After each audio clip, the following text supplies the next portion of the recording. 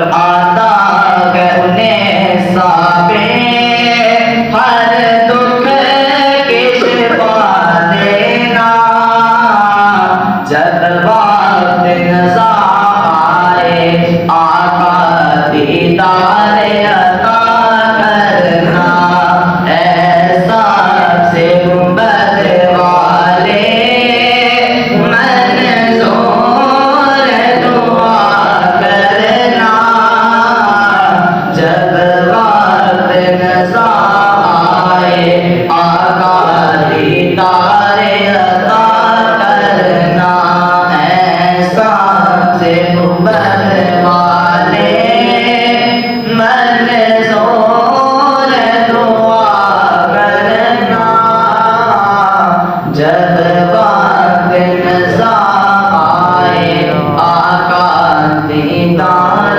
عطا کرنا. أما بعد فأعوذ بالله من الشيطان الرجيم بسم الله الرحمن الرحيم ورفعنا لك ذكرك آمنت بالله صدق الله العظيم وصدق رسوله النبي الكريم الأمين إن الله وملائكته يصلون على النبي يا أيها الذين آمنوا صلوا عليه وسلموا تسليما.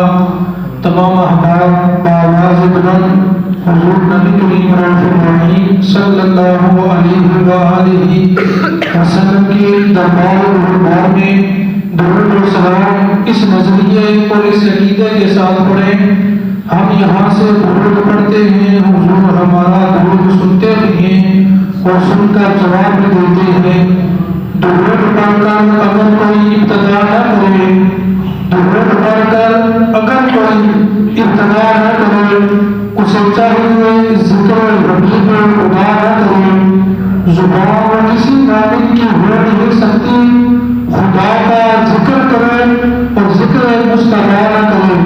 خشک ٹہنی کو وہ تازہ گلاب دیتے ہیں، اہم پیڑی کو وہ پھر سے شباب دیتے ہیں. غفلت رتن پڑھتے درود پر قسم با خدا آج بھی وہ تمہیں سلام کا جواب دیتے ہیں. الصلاۃ والسلام علیک یا سیدنا رسول اللہ وعلی آلہ وصحبہ یا حبیب اللہ.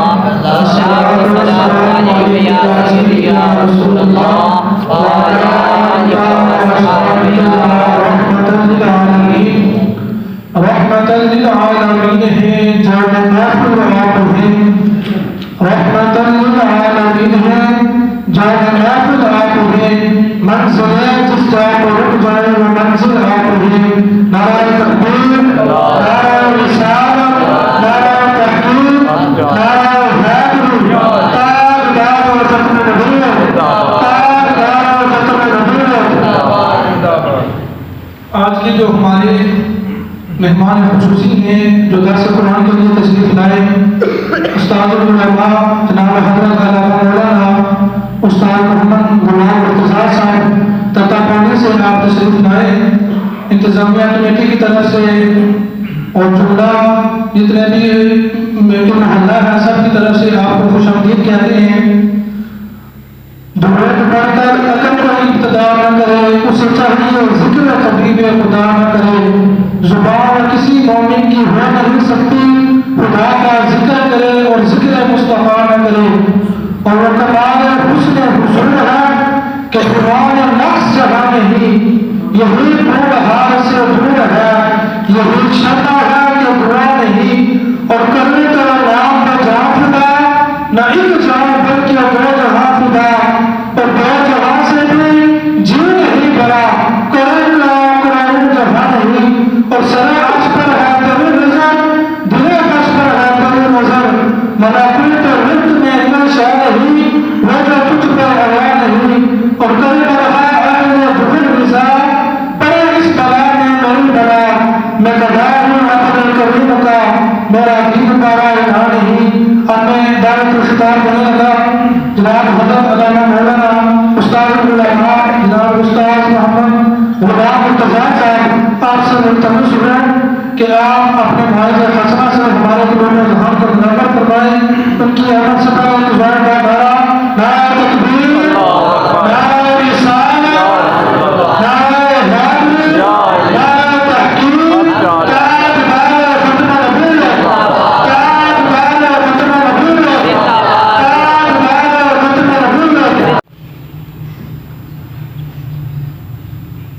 الله الرحمن الرحيم الحمد لله الذي بيده تصريف الأحوال وتخفيف الأثقال والصلاة والسلام على سيد الهادين إلى محاسن الأفعال وعلى آله وصحبه المدارئين له في الصفات والأعمال. أما بعد فأعوذ بالله من الشيطان الرجيم. بسم الله الرحمن الرحيم. قال الله تعالى في كلامه المجيد والفرقان الحميد هدى للمتقين. صدق الله مولانا العظيم. إن الله وملائكته يصلون على النبي يا أيها الذين آمنوا صلوا عليه وسلموا تسليما. اللهم صل على سيدنا محمد وعلى آل سيدنا محمد وبارك وسلم. سارے پڑھیں الصلاۃ والسلام علیک یا سیدی یا رسول اللہ یا سیدی یا حبیب اللہ. کر محنت کچھ حاصل ہوئے عمر اچار دہاڑے ہو. کر محنت کچھ حاصل ہوئے عمر اچار دہاڑے ہو. تھی سوداگر کر لے سودا جہاں تک ہٹ نہ تاڑے ہو. جے جانے دل ذوق منے سی تے موت مرندی داڑے ہو. چوراں ساڈا پورچا بھریا رب سلامت چاڑے ہو. مائن مدحت محمدا بمقالتی ولکن مدحت مقالتی بمحمدی. اللہ تعالیٰ کی حمد و ثنا اور حضور نبی کریم رؤوف الرحیم صلی اللہ علیہ وآلہ وسلم کی بارگاہ میں ہدیہ درود و سلام عرض کرنے کے بعد آج کا ایک خوبصورت درس قرآن جس میں مجھے اور آپ سب کو حاضری کا شرف و اعزاز حاصل ہو رہا ہے. ہمارے مختلف ائمہ کرام حضرات تشریف فرما ہیں. اللہ رب العزت نظام سلطانیہ کے اس پیغام کو تا قیام قیامت جاری و ساری فرمائے. آمین. اور ہمیں صحیح معنوں میں قرآن مجید کی تعلیمات پر عمل پیرا ہونے کی توفیق عطا فرمائے. جو الفاظ میں نے آپ احباب کے سامنے تلاوت کیے آپ سارے مبارکباد کے مستحق ہیں کہ وہ لمحات جو اللہ اور اس کے رسول کی یاد میں گزرے ان سے قیمتی اور کوئی لمحہ نہیں ہوتا. نبی کریم علیہ السلام مسجد نبوی میں تشریف لائے تو وہاں دو مجلسیں تھیں, دو محفلیں کہہ لیں. ایک مجلس تھی اہل ذکر کی اور دوسری مجلس تھی اہل علم کی. بولیے دوسری کس کی تھی؟ ایک تھی اہل ذکر کی اور دوسری اہل علم کی. تو حضور نبی اکرم صلی اللہ علیہ وسلم نے جو اہل علم کی مجلس تھی آپ نے اس کو پسند فرمایا اور حضور اس مجلس میں تشریف فرما ہوئے جو اہل علم کی مجلس تھی. اس سے پتہ یہ چلا کہ جو علم کی مجلس ہے جہاں تعلیم و تعلم ہے, سیکھنا اور سکھانا ہے, سمجھنا اور سمجھانا ہے, اس محفل کی بڑی شان ہے. اس محفل کو نبی علیہ السلام نے پسند فرمایا جو اہل علم کی محفل ہے. اللہ تعالیٰ نے قرآن مجید کو ہدی للناس بھی فرمایا کہ یہ قرآن لوگوں کے لیے ہدایت ہے. بولیے کس کے لیے؟ لوگوں کے لیے. یہ سورہ بقرہ کے الفاظ ہیں اور جو آغاز میں نے الفاظ آپ کے سامنے تلاوت کیے ان میں فرمایا ہدی للمتقین. قرآن کس کے لیے ہدایت ہے؟ متقین کے لیے. عمومی طور پر یہ ہدی للناس ہے. ناس میں کافر بھی آتے ہیں, منافقین بھی ہیں, مشرکین بھی ہیں, سارے ہدی للناس, ناس میں سارے آ جاتے ہیں. تو ہدی للناس کی صورت میں قرآن سب کے لیے کیا ہے؟ ہدایت ہے. لیکن ہدی للمتقین میں صرف وہ لوگ آتے ہیں جنہیں اللہ نے تقوی کی دولت عطا فرمائی ہے۔ بولیے کون سی دولت؟ تقوی۔ یہ سورہ بقرہ کا آغاز ہے اور یہ پہلا رکوع اس میں سے 2 آیات کو چھوڑ کر آپ اگر بنظر غائب اور عمیق نظر کے ساتھ اس کا مطالعہ فرمائیں تو سمجھ آ جاتی ہے بندے کو کہ اللہ نے مومن کو کتنی شان عطا فرمائی ہے۔ الف لام میم حروف مقطعات، بولیے یہ کیا ہے؟ حروف مقطعات۔ یہ اللہ اور اس کے رسول کے درمیان راز و نیاز کی باتیں ہیں۔ اللہ نے اپنے محبوب علیہ السلام کو بتا دیا، ہر شخص کو جو اس کا معنی اور مفہوم ہے اس کی خبر نہیں ہے۔ پھر فرمایا ذالک الکتاب، یہ کتاب۔ اب اس کتاب سے مراد کیا ہے؟ قرآن مجید۔ لا ریب فیہ، اس میں کسی قسم کا شک و شبہ نہیں ہے۔ شک و شبہ کیسے ہوتا؟ یہ اللہ کی کتاب ہے اور اللہ نے اس کو نازل کیا کس کے ذریعہ سے؟ حضرت جبرائیل علیہ السلام کے ذریعہ سے، اور جس ہستی پر نازل فرمایا وہ ہستی میرے اور آپ کے آقا جناب محمد مصطفیٰ صلی اللہ علیہ وسلم ہے۔ تو کوئی بھی شخص جب کتاب لکھتا ہے تو وہ اس کے آخر میں لکھتا ہے کہ اگر اس میں کسی قسم کی کوئی غلطی رہ گئی ہو تو برائے مہربانی آپ مجھے مطلع فرما دیں تاکہ میں اس کی اصلاح کر سکوں۔ لیکن یہ ایسی کتاب ہے کہ جس کے آغاز میں اختتام کی بات نہیں، جس کے شروع میں اللہ تعالیٰ نے فرمایا ذالک الکتاب لا ریب فیہ، یہ وہ کتاب ہے جس میں کسی قسم کا شک و شبہ نہیں ہے، کیونکہ یہ اللہ کا کلام ہے۔ لا ریب فیہ۔ پھر فرمایا ہدی للمتقین، یہ ہدایت ہے کس کے لیے؟ متقین کے لیے، یعنی ہر شخص اس سے فیض حاصل نہیں کر سکتا۔ اس سے فیض صرف اور صرف وہ لوگ حاصل کر سکتے ہیں جنہیں اللہ نے تقوی کی دولت عطا فرمائی ہے۔ ہدی للمتقین۔ اب یہ تقوی کیا ہے؟ اس کا سمجھنا ضروری ہے۔ یہ تقوی کا لفظ گرامر کی روح سے 2 بابوں سے آتا ہے۔ ایک ہے وقا یقی وقایتن، اس کا معنی ہوتا ہے بچانا، اور ایک ہے اتقا یتقی اتقاءً، اس کا معنی ہوتا ہے بچنا۔ اب یہ سورہ بقرہ کے آغاز میں لفظ ہے، اور وہ مومن کتنا خوش نصیب ہے کہ جس کو اللہ تبارک و تعالی متقین قرار دے رہا ہے۔ فرمایا وقا یقی سے اگر اس کو پڑھا جائے تو پھر اس کا معنی ہوتا ہے بچانا، اور اگر اتقا یتقی سے اسے پڑھا جائے تو پھر اس کا مطلب ہوتا ہے بچنا۔ کس سے بچنا؟ حرام سے بچنا، ناجائز سے بچنا، اور جو چیز ایک مسلمان اور مومن کے لیے حلال نہیں ہے اس سے اپنے آپ کو بچانا۔ سب سے پہلے بندہ اپنی فکر کرتا ہے۔ میاں محمد بخش علیہ رحمہ نے فرمایا تھا برے بندے میں لبن ٹریا تے برا نہ لبا کوئی، من اپنے وچ جاتی پائی تے میں تو برا نہ کوئی۔ سب سے پہلے بندہ اپنی فکر کرتا ہے، اپنی اصلاح کرتا ہے، اور جب اپنے اندر بندہ جانتا ہے، اپنے آپ کو بچا لیتا ہے۔ ہم تو سارا دن بیٹھ کر دوسروں کے بارے میں کہتے رہتے ہیں فلاں نے یہ کام کیا، فلاں نے وہ کام کیا، وہ کام اس کے لیے جائز نہیں تھا، یہ اس کے لیے جائز نہیں تھا۔ دوسروں کے لیے بات کرتے ہیں لیکن اپنی فکر ہمیں بہت کم ہوتی ہے۔ تو اتقا یتقی کا معنی بچنا۔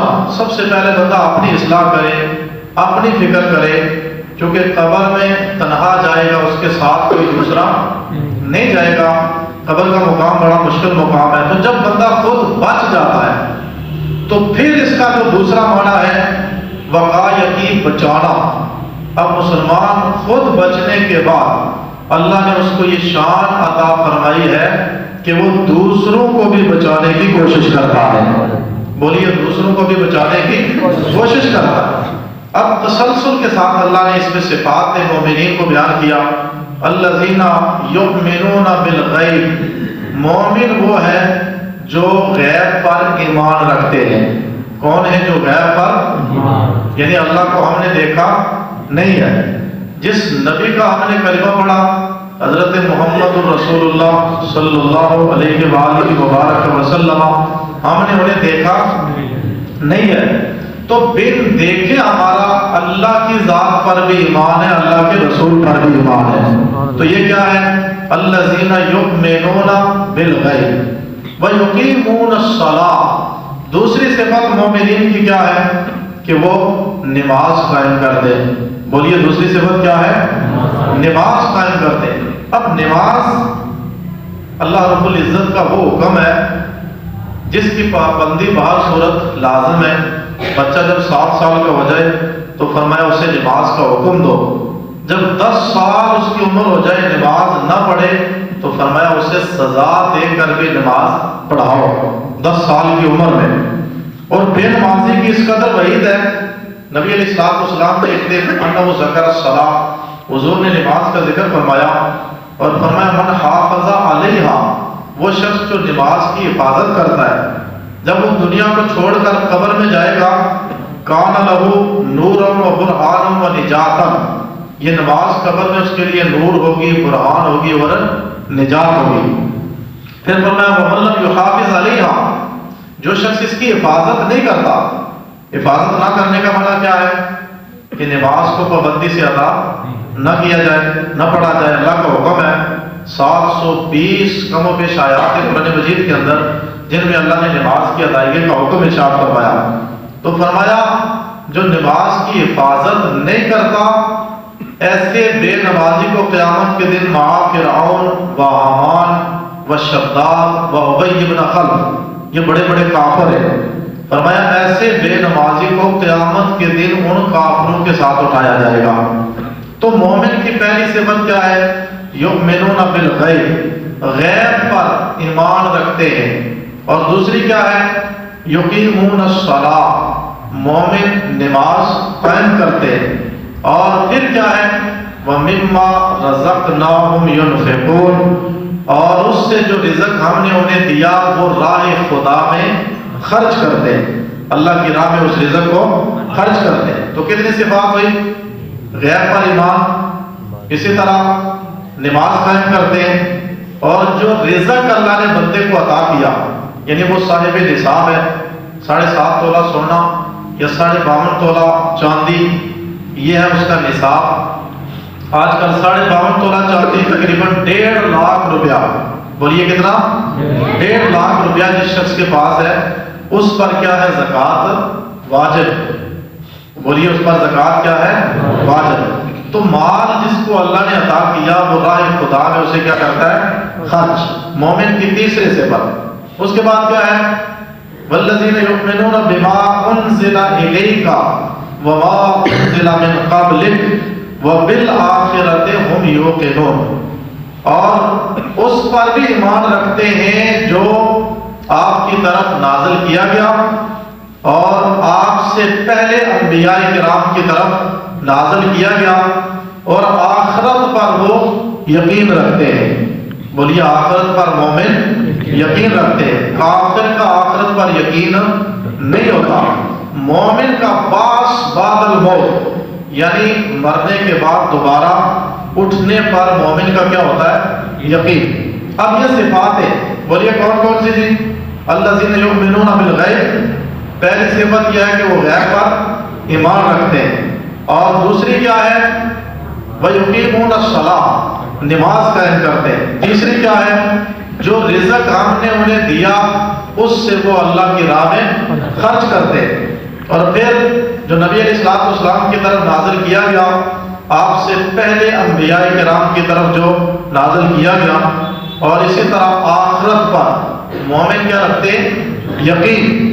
اب اس کے بعد اللہ تعالیٰ نے اگلی جو آیت کریمہ ہے اس میں مومن کو ایمان عطا کیا، ایک انعام عطا کیا۔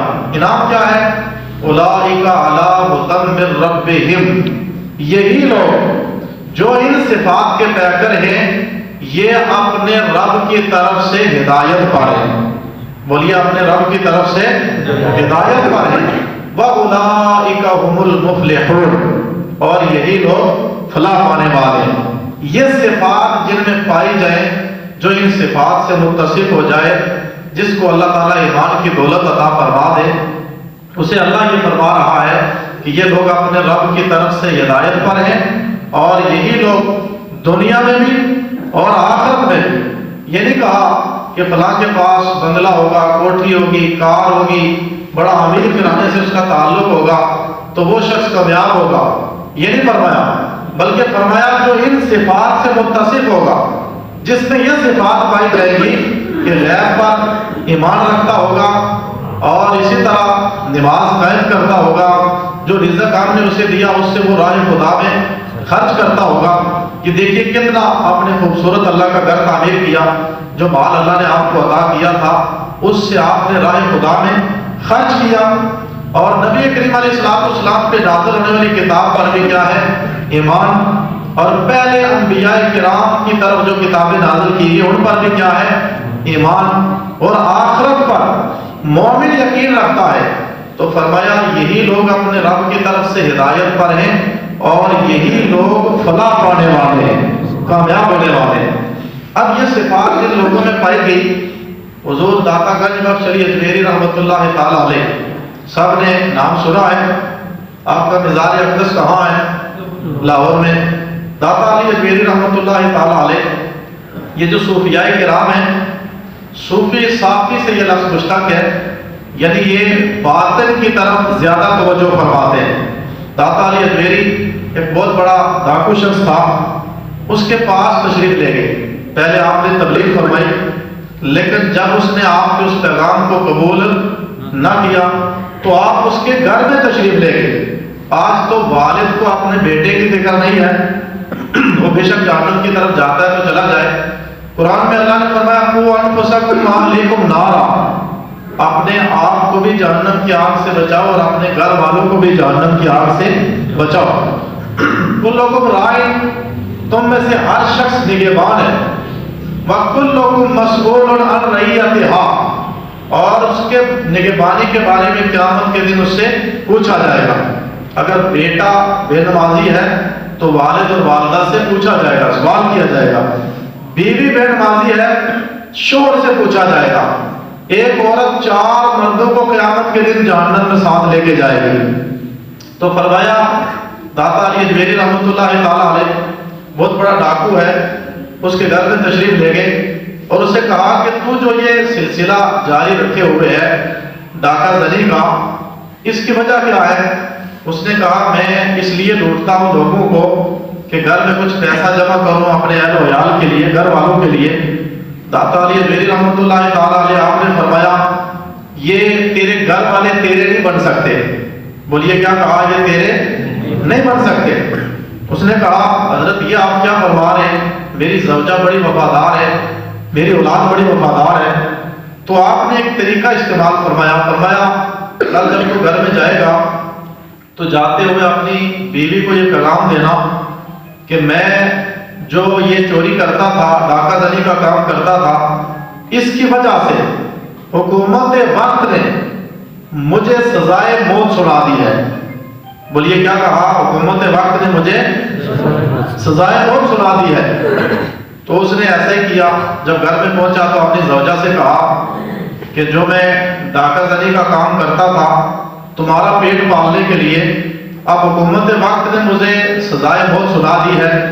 تو بیوی سے کہنے لگا کہ کل میری جگہ تو نے جانا ہے پھانسی کے پھندے کی طرف، میری جگہ پھانسی کے پھندے کی طرف تو نے جانا ہے۔ تو زوجہ نے کہا میں کیوں جاؤں؟ میں نے کوئی تمہیں کہا تھا کہ تم جا کے ڈاکے مارو؟ یعنی بیوی نے کہا میں تیری جگہ کسی صورت بھی نہیں جا سکتی۔ اب اس نے اپنے بیٹوں سے بھی یہی کہا۔ آج دنیا کے اندر ہم اولاد کی خاطر، زوجہ کی خاطر دیکھیے نا حلال اور حرام کے درمیان تمیز نہیں کرتے، کوئی بھی فرق نہیں کرتے۔ حالانکہ حرام کا ایک لقمہ بھی جو شخص استعمال کرتا ہے، حلال کا حرام کا ایک لقمہ بھی کوئی بندہ اگر استعمال کرتا ہے تو 40 دنوں تک اس کی کوئی عبادت اللہ کی بارگاہ میں قبول نہیں ہوتی۔ بولیے 40 دن تک اس کی کوئی عبادت اللہ کی بارگاہ میں قبول نہیں ہوتی۔ اب دوسرا دن اس نے اپنے بچوں کو بلا کے کہا کہ جو میں ڈاکہ زنی کا کام کرتا تھا، حکومت وقت نے مجھے سزائے موت سنائی ہے اور میری جگہ کل پھانسی کے پھندے کی طرف تمہیں جانا ہوگا۔ اولاد نے بھی یہی جواب دیا قرآن میں اللہ نے فرمایا یوم یفر المرء من اخیہ وامہ وابیہ الی آخرہ، قیامت کے دن باپ بیٹا ایک دوسرے سے بھاگیں گے، کوئی کسی کو پہچان نہیں سکے گا۔ تو اب جب داتا علی اجمیری نے اسے یہ نصیحت فرمائی تو وہ شخص جب دوسرے دن واپس پلٹ کے آیا تو وہ کہنے لگا اے داتا علی اجمیری، آپ نے مجھے جو بات کہی تھی حقیقت میں وہ بات سچ ہے، اور میں نے سمجھ لیا کہ یہ بیوی اور بچے جن کی خاطر میں حرام کا مال جمع کرنے کی کوشش کرتا تھا، یہ دنیا میں میرے نہیں بن سکے تو قیامت کے دن یہ میرے کیسے بن سکیں گے؟ تو حرام سے اپنے آپ کو جو شخص بچاتا ہے وہ کیا ہے؟ مومن، اللہ رب العزت کا برگزیدہ بندہ۔ تو قرآن اس کے لیے کیا ہے؟ ہدایت، اس کی رہنمائی کرتا ہے۔ قرآن مجید قدم قدم پر اس کی رہنمائی کرتا ہے۔ تو آپ جو شخص قرآن مجید کے ساتھ چپٹ جائے، قرآن کے ساتھ جڑ جائے، اولیاء کاملین کی تعلیمات پر عمل کرے، اس لیے کہ طیبہ سے منگائی جاتی ہے، سینوں میں چھپائی جاتی ہے، توحید کی میرے پیالوں سے نہیں نظروں سے پلائی جاتی ہے۔ آج کل کیونکہ بہت سارے لوگ پیالوں سے پلانے کی بھی کوشش کرتے ہیں۔ علامہ اقبال نے کہا تھا آج کے پرفتن دور میں جہاں مفتی اور قاضی کی بھی صورتحال اب تک دکھائی دیتی ہے، کہا تھا مدارس کو تعلیم دیں کے کہاں ہیں، مدارس کو تعلیم دیں کے کہاں ہیں، مراحل و علم و یقین کے کہاں ہیں، وہ ارکان شرابتی کے کہاں ہیں، وہ وارث رسول امی کے کہاں ہیں، رہا کوئی امت کا ملجا نہ ماوا، نہ قاضی نہ مفتی نہ صوفی نہ ملا۔ علامہ اقبال نے کہا تھا ایک وقت آئے گا کہ یہ جو اذان ہے نا یہ بھی رسمی طور پر ہوگی، لوگ حقیقت سے کٹ جائیں گے اور لوگ حقیقت سے دور چلے جائیں گے، محض ایک رسم کو اپنایا جائے گا۔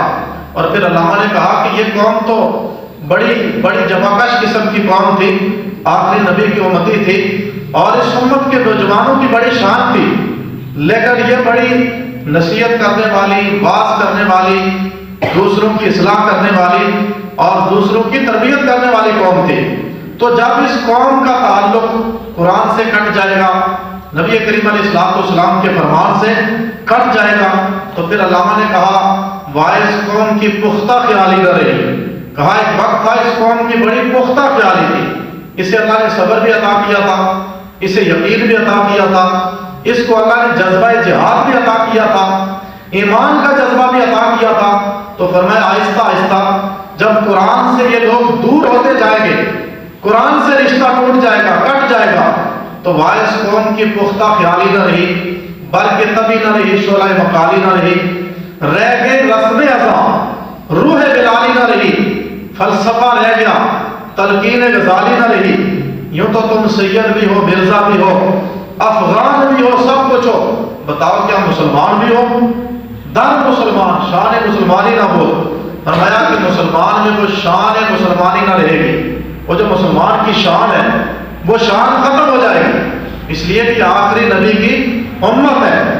تو آج کے درس میں جو سبق ہے، جو پیغام ہے، وہ یہی ہے کہ آپ اپنے گھر میں جب صبح بیٹھیں نماز فجر پابندی سے ادا کریں۔ بولیے کتنی نمازیں فرض ہیں؟ 5۔ یہ کتنی نمازیں معراج کی رات اللہ نے حضور کو عطا کی تھی؟ 50۔ تو نبی علیہ السلام اپنی امت پر کس قدر مہربان ہیں، اللہ کی بارگاہ میں 9 چکر لگائیں تو کم ہوتے ہوتے کتنی نمازیں رہ گئی؟ 5۔ اب 5 نمازیں جب رہی تو جناب موسیٰ علیہ السلام نے عرض کیا اے اللہ کے نبی آپ پھر جائیے، اور جب حضور نے یہ بات سنی تو فرمایا اب 5 نمازیں باقی رہ گئی ہیں، مجھے رب کی بارگاہ میں جاتے ہوئے شرم آتی ہے۔ تو امت 5 ادا کرے گی۔ امت کتنی نمازیں ادا کرے گی؟ 5۔ دن میں 5 نمازیں ادا کرے گی تو فرمایا اللہ 50 نمازوں کا ثواب عطا فرمائے گا۔ کتنی نمازوں کا ثواب عطا کرے گا؟ اس امت کو چونکہ اجر، ثواب اور صلہ اللہ تعالیٰ بڑھا کر عطا کرتا ہے۔ تو جس شخص کے گھر میں صبح قرآن پڑھا ہے، آج دیکھیے نا رات کے وقت میں موبائل فون جو ہے وہ ہاتھ میں ہے اور دیر تک ہم موبائل فون پہ لگے رہتے ہیں، بولیے کتنا وقت؟ دیر تک، رات کے 2 بج جاتے، صبح 3 بج جاتے، بعض نوجوانوں کی ایسی صورتحال ہے۔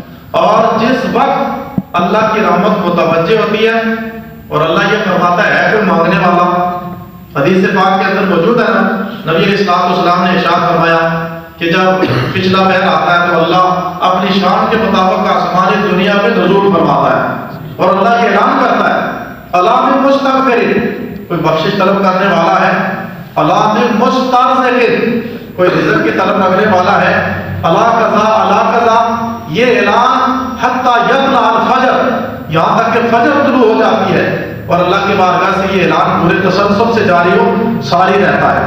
یہ محمد بخش علیہ الرحمہ نے کہا تھا پچھلی راتی رحمت رب دی کرے بلند آوازہ، جس گھر میں مشکل ہے، پریشانی ہے، بیماری ہے، جو نوجوان بے روزگار ہیں آج کل کے پرفتن حالات میں، چونکہ انسانی حقوق پر جو ڈاکہ ڈالا جا رہا ہے، اس زمن میں ہمارے اس ملک کے اندر بہت سارے نوجوان کیا ہیں؟ بے روزگار۔ تو اب اپنا رشتہ اللہ کے ساتھ مضبوط کریں۔ ایک شخص تھا، ایک بچے نے ایک مرتبہ جھوٹ بول دیا، بولیے کیا کیا؟ جھوٹ بول دیا۔ تو ہمارے ہاں بچہ اگر جھوٹ بولے تو آپ اس کو ڈانٹ پلا کر یا سزا دے کر اس کو چھوڑ دیتے۔ تو وہ بڑا دانش مند عقل مند انسان تھا، اس نے بیٹے سے کہا جاؤ جا کر وضو کر کے آؤ۔ جب وہ بچہ وضو کر کے آیا، اب اس نے کہا کہ آپ مصلی بچھائیں اور مصلی پر جا کر 2 رکعت نماز نفل ادا کریں۔ بولیے کتنی؟ 2 رکعت نماز نفل ادا کریں۔ اب بچے نے 2 رکعت نماز نفل ادا کیے، پھر بچے کے ہاتھ میں تسبیح پکڑائی اور کہا جاؤ جا کر استغفر اللہ 111 مرتبہ پڑھو۔ اب یہ عمل کروانے کے بعد وہ شخص بہت سارے لوگوں کو بات سمجھا گیا کہ اگر کسی سے غلطی ہو جائے، اس بچے نے چونکہ بولا اپنی زبان سے جھوٹ، اب جھوٹ سے کس نے منع کیا؟ اللہ نے۔ تو جب جھوٹ بول دیا تو اللہ اس پر کیا ہوا؟ ناراض۔ تو وضو کرنے کے بعد اس نے 2 رکعت نماز نفل ادا کیے اور استغفر اللہ کا ورد کیا، تو اللہ کے ساتھ جو اس کا تعلق ٹوٹ چکا تھا، اب وہ تعلق دوبارہ اللہ کی ذات کے ساتھ جڑ چکا ہے۔ تو اولاد کی اگر تربیت کرنی ہے تو اس کا انداز بھی ہمیں یہ اختیار کرنا ہوگا۔ گھر کے اندر فجر کی نماز ادا کر کے اگر ماں نماز فجر پابندی سے ادا کرتی ہے، ہم دیکھیے نا بچیوں کی جب رخصتی کرتے ہیں تو ہاتھ میں قرآن مجید تھما دیتے ہیں ڈولی میں۔ اب یہ نہیں پتا کہ وہ بچی وضو کی حالت میں یعنی، یا پھر جب اس کی شادی کے دن طے کیے جاتے ہیں تو عورت کے لیے کچھ مخصوص ایام ہوتے ہیں، کم از کم کتنے دن ہیں؟ 3 دن۔ بولیے کم از کم عورت کے مخصوص کتنے ایام ہیں؟ کم از کم 3، اور زیادہ سے زیادہ کتنے؟ 10 دن۔ تو کم از کم بچے کی شادی کرتے وقت ہمیں یہ سوال اس سے ضرور کر لینا چاہیے، اس ماں کو بیٹی سے پوچھ لینا چاہیے کہ تیرے کو مخصوص ایام تو نہیں ہے، اور پھر جب بیٹی کا نکاح کیا جائے تو پھر کوشش کریں کہ وہ بچی وضو کی حالت میں ہو۔ بولیے کس حال میں ہو؟ وضو کی حالت میں ہو۔ جب وضو کی حالت میں ہوگی، مخصوص ایام میں نہیں ہوگی، رخصت کرتے ہوئے ہاتھ میں قرآن مجید تھمایا جائے گا اور اسے یہ نصیحت کی جائے گی، اے بیٹی یہ رب کی کتاب ہے، جب تک تو زندہ رہی اس کتاب کے ساتھ اپنا رشتہ مضبوط کرتے رہنا، تو پھر دیکھنا کہ اس کی زندگی میں کس قدر برکت آتی ہے۔ آج امت کو بڑی فکر کی ضرورت ہے، عمل کی ضرورت ہے، اپنے آپ کو درست کرنے کی ضرورت ہے اور اپنے ساتھ دوسرے لوگوں کی اصلاح کرنے کی ضرورت ہے۔ اب آتا ہوں میں اس موضوع کی طرف۔ نبی علیہ السلام کا فرمان ہے کہ آخری وقت میں بہت سارے فتنے رونما ہوں گے۔ آج بہت سارے ایسے لوگ جو امت کے درمیان بہت بڑا انتشار پیدا کرنے کی کوشش کر رہے ہیں، اس میں ایک شخص ہے مرزا جیلوی کی صورت میں، ایک ہے جاوید غامدی کی صورت میں، ایک تیسرا شخص اور بھی ہے جس کو کہا جاتا ہے ساحل ادیم یا اس طرح کا اس کا نام ہے۔ یہ کیا ہے؟ فیس بک کی یوٹیوبر سکالر۔ اب یہ لوگ کیا کرتے ہیں؟ یہ لوگ یہ کرتے ہیں کہ ہمیں حقیقت سے آگاہی تو نہیں ہوتی۔ میں آج صبح جو مطالعہ کر رہا تھا، یہ جو حدیث کی 6 کتابیں ہیں، کون کون سی؟ صحیح بخاری، صحیح مسلم، جامع ترمذی، سنن نسائی، ابو داؤد اور ابن ماجہ، یہ 6 کتابیں کیا کہا جاتا ہے انہیں؟ الصحاح الستہ۔ بولیے کیا کہا جاتا ہے؟ الصحاح الستہ، 6 کتابیں، یہ بڑی حدیث کی مشہور کتابیں ہیں۔ ان سے پہلے جو حدیث کا ایک ذخیرہ تھا، یہ کتابیں تو بعد میں لکھی گئی، ان سے پہلے حدیث کا جو ذخیرہ تھا، جو پہلی کتب ہے جن کے اندر حدیث کا صحیح متن موجود ہے، ان کتابوں میں 10 کتابیں ایسی ہیں: مسند امام اعظم، مسند امام شافعی، مسند امام احمد بن حنبل، اسی طرح موطا امام مالک اور کتاب الاثار، یہ امام محمد رحمۃ اللہ تعالی علیہ کی کتاب ہے۔ اسی طرح مصنف عبد الرزاق، یہ امام بخاری اور امام مسلم کے دادا استاد ہیں۔ اب یہ ساری کتابیں کیا ہیں؟ حدیث کا ایک بڑا ذخیرہ ہے۔ بولیے حدیث کا ایک بڑا ذخیرہ ہے۔ یہ پہلے بخاری سے پہلے کی یہ کتابیں، مسلم شریف سے پہلے۔ اب جو یہ مجموعہ حدیث تھا، بولیے کیا ہے؟ یہ مجموعہ حدیث، اور اس کے اندر حدیث کا متن موجود ہے۔ بولیے اس میں کیا ہے؟ حدیث کا متن موجود ہے۔ اور بعد میں جو 6 کتابیں لکھی گئی انہیں کیا کہا جاتا ہے؟ انتخاب حدیث۔ انہیں کیا کہا جاتا ہے؟ انتخاب حدیث۔ اب یہ جو محدثین تھے، انہوں نے کیا کیا کہ جو صحیح احادیث تھی، امام بخاری رحمۃ اللہ تعالی علیہ تقریباً 3 لاکھ تک صحیح احادیث میں سے وہ 2500 حدیثیں، بولیے کتنی؟ 2500 اپنی صحیح بخاری میں لائے۔ اب اس کا معنی یہ نہیں کہ جو بخاری کے اندر حدیث موجود ہے وہ صحیح ہے، اور بخاری کے علاوہ اور کتابوں کے اندر جو حدیثیں ہیں وہ حدیثیں صحیح نہیں ہیں۔ پہلی بات یہ یاد رکھیے کہ جو متن حدیث ہے اور حدیث کا جو مجموعہ تھا، حدیث کا پورا ایک ذخیرہ تھا، وہ یہ پہلی کتابیں تھیں۔ بولیے کون سی؟ ابھی جن کے نام میں نے آپ کے سامنے پیش کیے۔ اور امام اعظم ابو حنیفہ نے بلا واسطہ یا بالواسطہ، چونکہ امام صاحب تابعین میں شامل ہیں۔ کس میں شامل ہیں؟ تابعین میں۔ آپ نے حدیث صحابہ کرام سے سنی بھی ہے، اور آپ نے حدیث کو یاد بھی فرمایا ہے، یاد بھی کیا ہے، اور صحابہ سے سنا بھی ہے۔ اب دیکھیے کہ بخاری کے اندر جو حدیثیں موجود ہیں، یہ نہیں کہ ہر حدیث صحیح جو ہوتی ہے وہ قابل عمل نہیں ہوتی، ہر صحیح حدیث قابل عمل نہیں ہوتی۔ اس کی ایک میں مثال دیتا ہوں۔ صحیح بخاری کے اندر ایک حدیث پاک موجود ہے، حضور نبی اکرم صلی اللہ علیہ وسلم قوم کی روڑی پر تشریف لائے، اور آپ صلی اللہ علیہ وسلم نے کھڑے ہو کر پیشاب فرمایا۔ بولیے حضور نے کھڑے ہو کر پیشاب فرمایا۔ اب یہ حدیث بخاری کے اندر موجود ہے۔ بولیے کہاں موجود ہے؟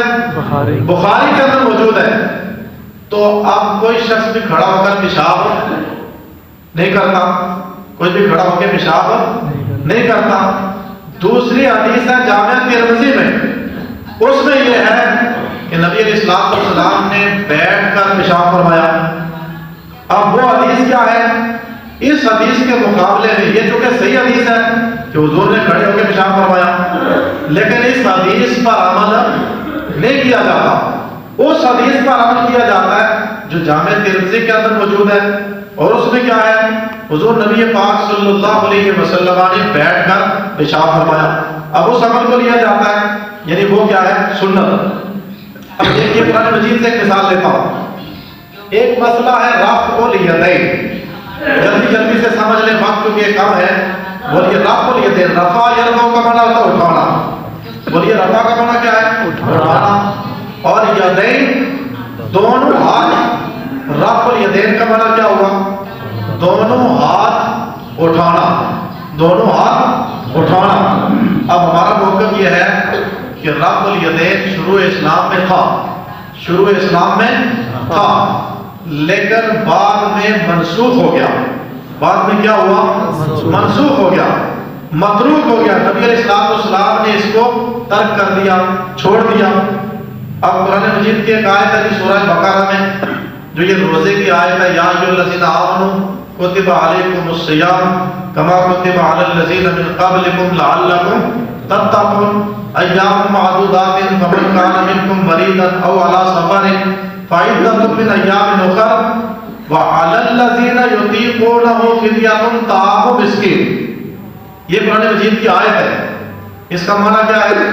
وہ لوگ جو روزہ رکھنے کی طاقت رکھتے ہیں ان پر کیا ہے؟ مسکین کو کھانا کھلانا۔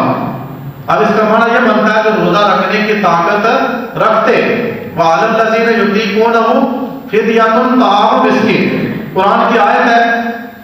لیکن مطلب اس کا کیا ہے کہ شروع اسلام میں اس بات کی اجازت تھی کہ جو شخص طاقت ہونے کے باوجود روزہ نہ رکھے وہ کیا کرے؟ روزے کا فدیہ ادا کرے۔ لیکن آج کیا ہے؟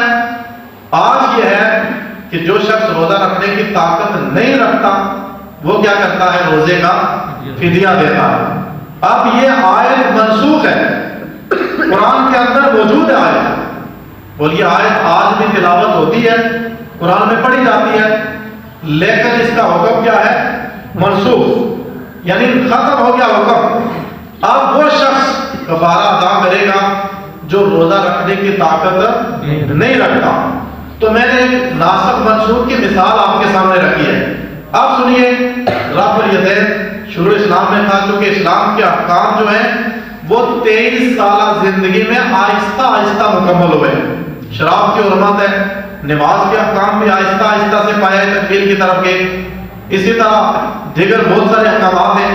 18واں پارہ اس کی جو پہلی آیہ کریمہ ہے اس کے اندر کیا ہے؟ قد افلح المؤمنون الذین هم فی صلاتهم خاشعون، جو اپنے نمازوں میں عاجزی کرتے ہیں، خشوع و خضوع سے کام لیتے ہیں۔ اب تفسیر ہے حضرت عبداللہ ابن عباس رضی اللہ تعالیٰ عنہ، یہ رئیس المفسرین ہیں، یعنی سب سے پہلے جنہوں نے قرآن کی تفسیر فرمائی۔ وہ کہتے ہیں کہ نماز کے اندر خشوع و خضوع کا معنی کیا ہے کہ جو اس قدر عاجزی کے ساتھ اللہ کی بارگاہ میں سجدہ ریز ہوتے ہیں۔ فرمایا لم یرفع یدیہ، جو صرف پہلی مرتبہ اپنا ہاتھ اٹھاتے ہیں اس کے بعد وہ رفع الیدین نہیں کرتے، اس کے بعد وہ رفع الیدین نہیں کرتے۔ اب اس آیہ کریمہ کی تفسیر میں بھی آپ جو ہے حضرت عبداللہ ابن عباس کی تفسیر پڑھ سکتے ہیں۔ اسی طرح صحیح بخاری کے اندر حدیث پاک موجود ہے، حضرت عطا بن یسار رضی اللہ تعالیٰ عنہ فرماتے ہیں کہ میں نبی کریم علیہ السلام کی جو نماز تھی اس کو میں نے یاد رکھا ہوا ہے۔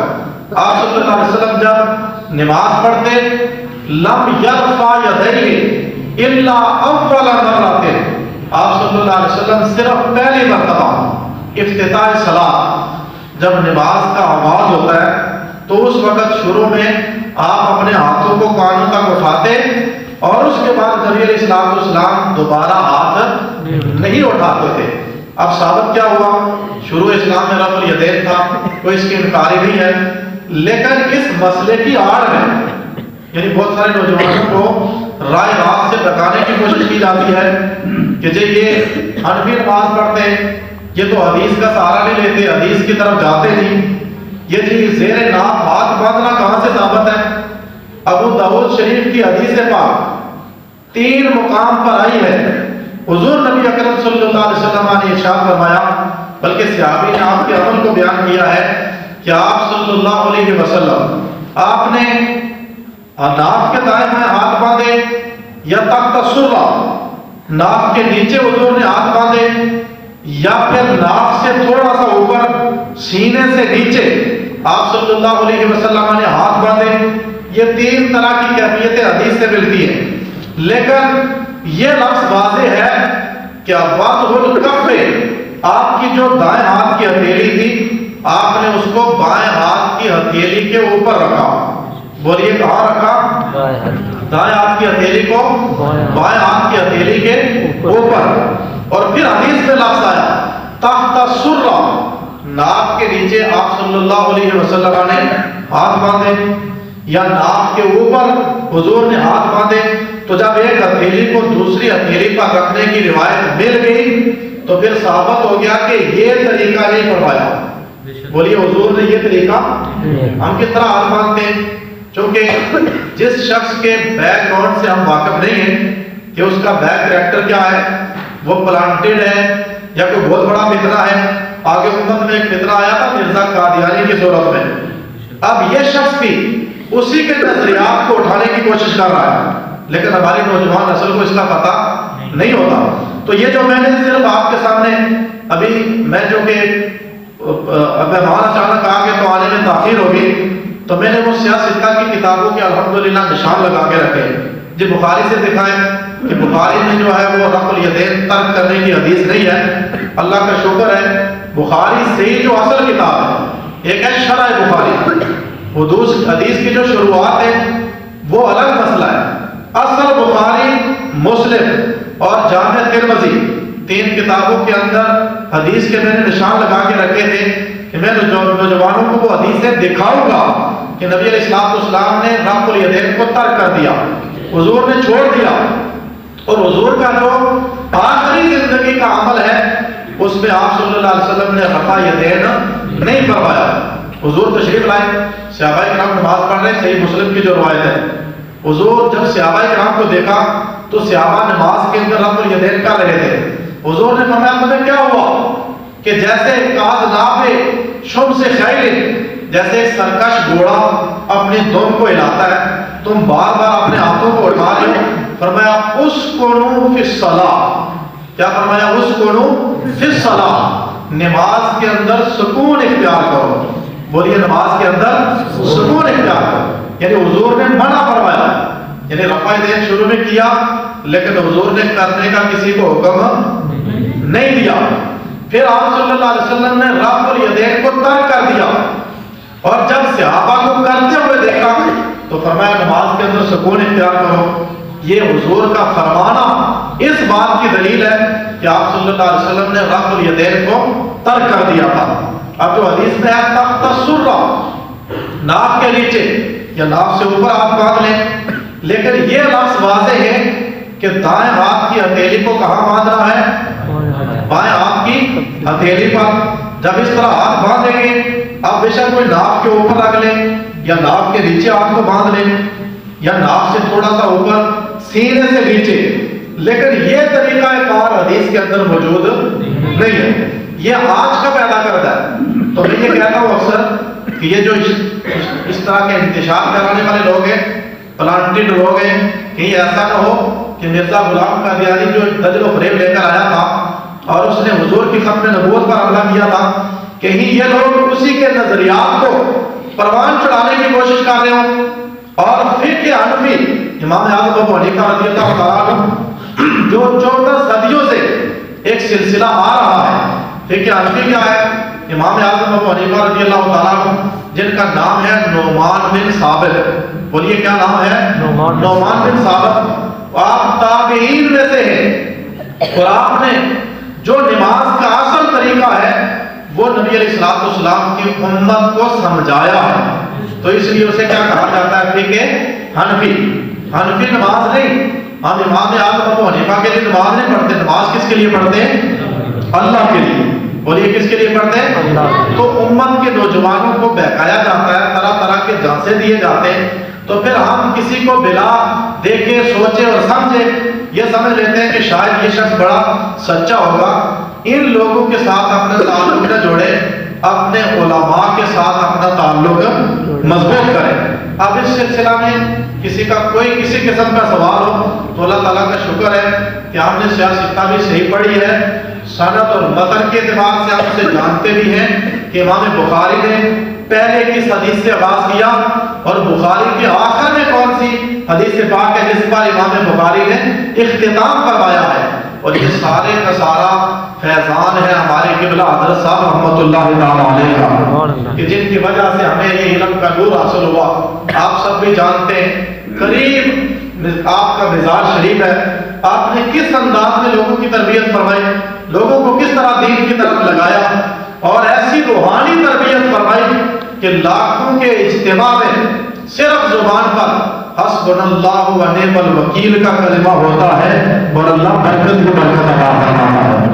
لہذا اس سلسلے میں اگر کسی نوجوان کا یہ ہمارے حفاظ کرام بھی موجود ہیں، ان کی موجودگی میں کہہ رہا ہوں کہ یہ چھوٹے چھوٹے مسائل ہیں، یعنی بلند آواز سے آمین کہہ لینا، رفع الیدین کر لینا، اور یہ مسائل جو ہیں ان کو زیادہ اگر اختلاف کی طرف نہ لے جایا جائے تو کوئی مسئلہ نہیں ہے، لیکن اس سے آگے جب سلسلہ بڑھتا جاتا ہے تو اس میں کیا آتا ہے؟ بد عقیدگی. بولیے اس میں کیا آتا ہے؟ بد عقیدگی. عقیدے کا لفظ عقد سے مشتق ہے، عقد کا معنی ہوتا ہے گرہ باندھنا. اب آج کے دور میں بہت سارے لوگوں کی وہ عقیدے کی گرہ کھل چکی ہے، لہذا اپنے عقیدے کی بھی حفاظت کریں، اپنے ایمان کی بھی حفاظت کریں، اپنے عمل کو بھی پختہ بنائیں، اپنے مساجد کو بھی آباد رکھیں، اور قرآن مجید کو ترجمے کے ساتھ پڑھنے کی کوشش کریں، اور اللہ کی بارگاہ کے اندر دعا کریں کہ اللہ تعالی ہمیں ہدایت کاملہ عطا فرمائے، اور کسی اللہ کے برگزیدہ بندے سے جڑے رہیں تو اللہ آپ کے ایمان کی حفاظت فرمائے گا. اللہ کی بارگاہ کے اندر دعا ہے، وقت ہوتا تو میں اس پر مزید بہت سارا کلام کرتا. اللہ رب العزت آپ سب کی حاضری اپنی بارگاہ کے اندر قبول و منظور فرمائے، اور اس درس و تدریس کے سلسلے کو اللہ تاکہ ہمیں قیامت جاری و ساری فرمائے. نماز کے ادائیگی کے بعد یہاں بیٹھے کہ اگر کسی کا کسی اعتبار سے بھی، چونکہ نوجوان نسل کے بہت سارے سوالات بھی ہوتے ہیں، اگر کسی اعتبار سے بھی کسی کے ذہن میں کوئی سوال ہو تو وہ اس سوال کے بارے میں ہم سے بات کر سکتا ہے. اللہ ان نوجوانوں، بزرگوں اور بچوں کی زندگیوں میں برکت عطا فرمائے. وآخر دعواہم ان الحمد للہ رب العالمین.